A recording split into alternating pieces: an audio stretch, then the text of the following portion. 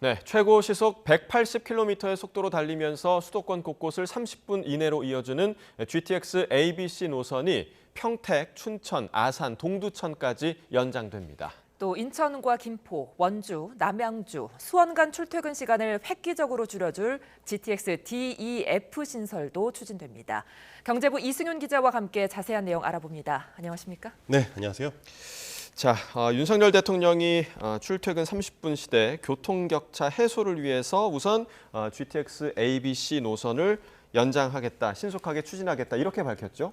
네, 맞습니다. 네. 일단 첫 선을 보이게 되는 게 얼마 안 남았습니다. 3월 30일 날에 이제 첫 선을 보이는 이 수서 동탄 구간인데요. 조기 개통을 하게 되는 GTX A가 이제 국민들 앞에 첫 선을 보이게 됩니다. 79분 걸리던 곳인데 19분으로 통근 시간이 많이 줄어들게 되죠. 그리고 54분 걸리던 출퇴근을 20분으로 줄여줄 파주 운정에서 이 서울역 구간도 연내 개통하는 등 오는 2028년까지 순차 개통이 이루어집니다. 이어 동탄에서 평택 지제까지 연장도 추진됩니다. 상반기에 착공하는 B 노선은 인천에서 서울역까지 95분 걸리던 게 30분으로 줄어들고 마석에서 청량리까지 그동안 75분 걸리던 게 23분으로 단축될 예정입니다. GTX-B는 2030년 완공되면 경춘선을 활용해서 마석에서 가평군을 거쳐 춘천시까지 연장이 추진됩니다.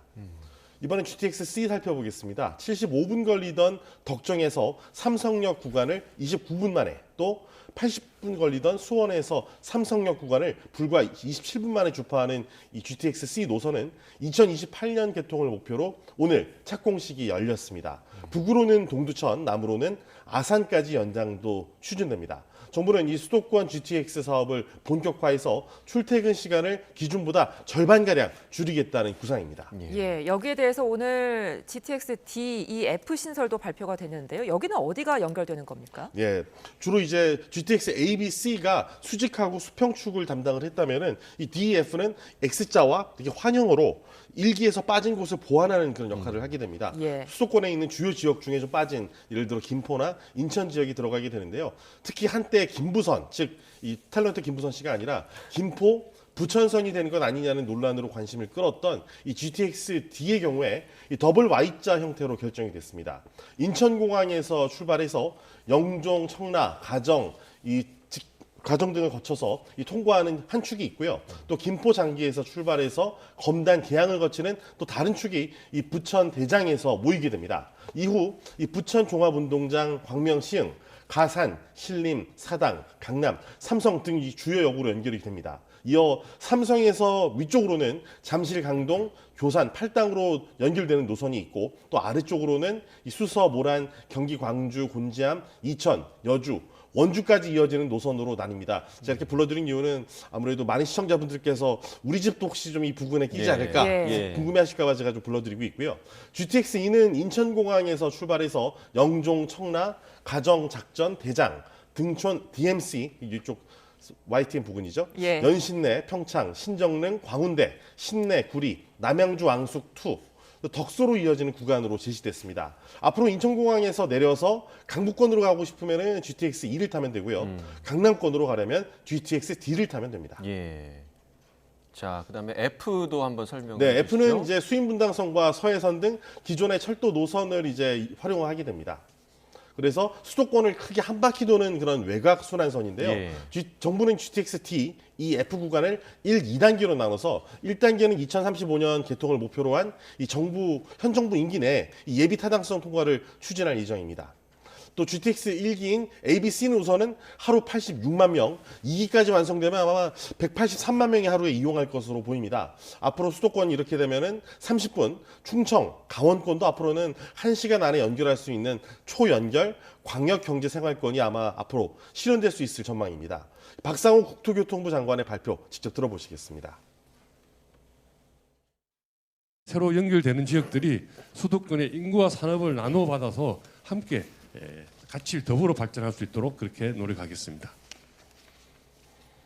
네, 그러니까 이 계획이 정말 현실화가 다 된다면 출퇴근 시간 줄이는데 정말 효과적일 것 같은데 또 이제 우리가 그동안 골병 라인으로 부르기도 했었죠. 김포 골드라인, 이 골드라인을 11편 증편한다 이런 계획도 발표를 했더라고요. 네, 맞습니다. 정부가 이 출퇴근 시간대 혼잡도가 무려 210%에 달하는 이 김포 골드라인에 대한 대책을 내놨습니다. 우선 출근 시간대 이 발산과 가양역 등 주요 서울 도심에 진입하기 전에 이 주요 역을 회차하는 광역버스 노선을 신설합니다.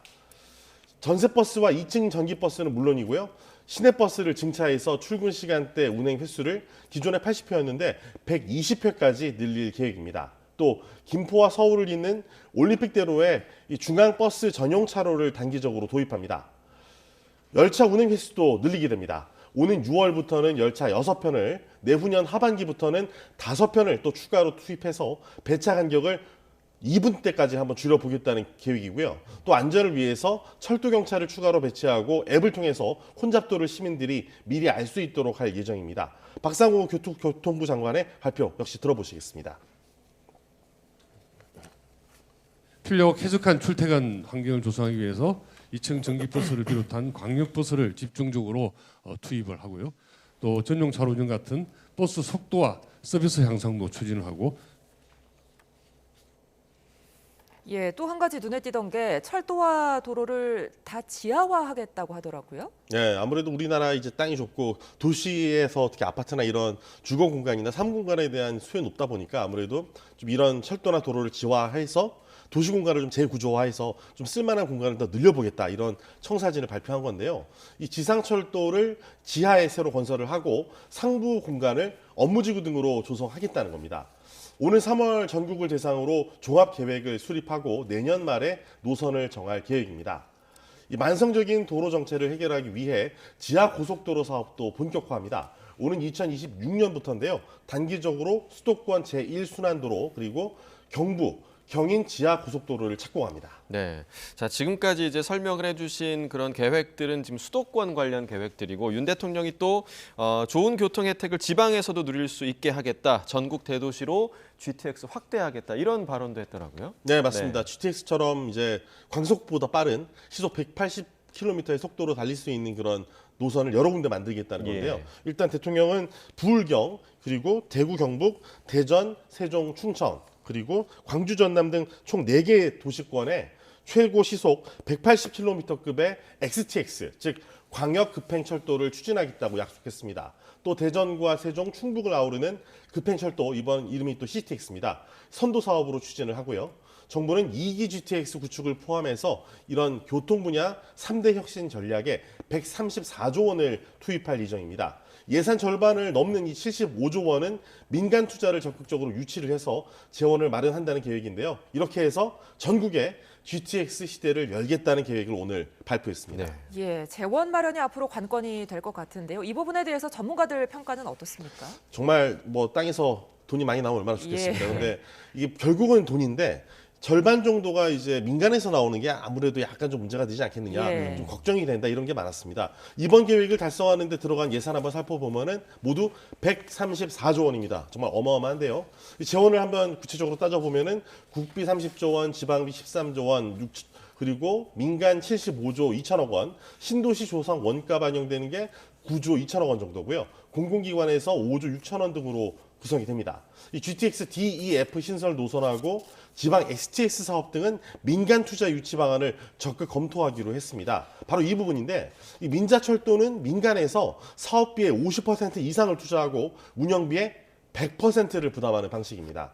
전문가들은 이 민자 방식이 아무래도 사업성이 높은 곳 위주로 좀 민간 참여가 쏠릴 경우에 노선별로 좀 사업 속도의 차이가 생길 수 있지 않겠냐 이런 부분을 지적을 하고 있습니다. 인기 좋은 데는 많이 들어가려고 그러고 예. 적은 데는 아무래도 안 가려고 하겠죠.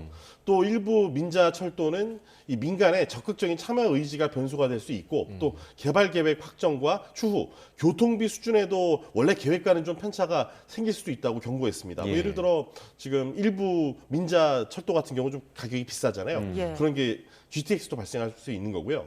게다가 사업비와 운영비를 민간에서 지불을 해야 하는 만큼 지자체가 정말 열심히 적극적으로 홍보를 하고 또 민간 투자 매칭 효율을 높여야지 이제 앞으로 사업이 성공할 수 있는데 그런 여러 가지 성공 요건이 많이 따라야 됩니다. 따라서 중앙 정부와 이 지방 정부의 협력도 이런 예산 확보에 매우 중요한 요소로 적용할 전망입니다. 좀 리스크가 좀 많이 생겨나는 거죠. 예. 일단 전문가들은 GTX A, B, C 노선이 연장되는 이 평택, 춘천, 아산, 동두천 지역에 아마 땅값이 오를 거다 이런 기대감이 커질 것으로 보고 있습니다.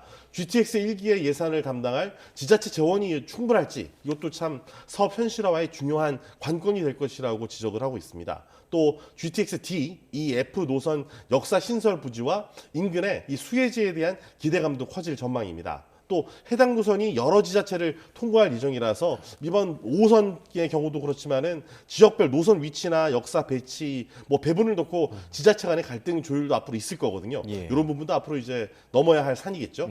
또 이어 대전, 세종, 충북 등 이 수도권과 인접한 지방의 CTX, 광역급행 철도 추진 지역에 대한 기대감도 역시 높아지고 있습니다. XTX 말할 것도 없죠. 지방권 이 광역급행 철도 도입 역시 개방 호재인데 이 예타와 착공, 개통까지 참 많은 재원과 시간을 필요로 합니다. 그래서 당장 이게 이루어질 거다 이렇게 기대하기보다는 좀 긴 호흡으로 바라볼 필요가 있다는 지적입니다.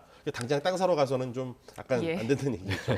이 전문가들은 개발이 확정될 경우에 이 토지 가격이나 물류, 상권의 재배치에도 이런 게 영향을 많이 줄 수 있기 때문에 이번 발표가 향후 부동산 시장에 정말 장기간 동안 아마 상당한 영향을 줄 수 있다 이렇게 전망하고 있습니다. 네.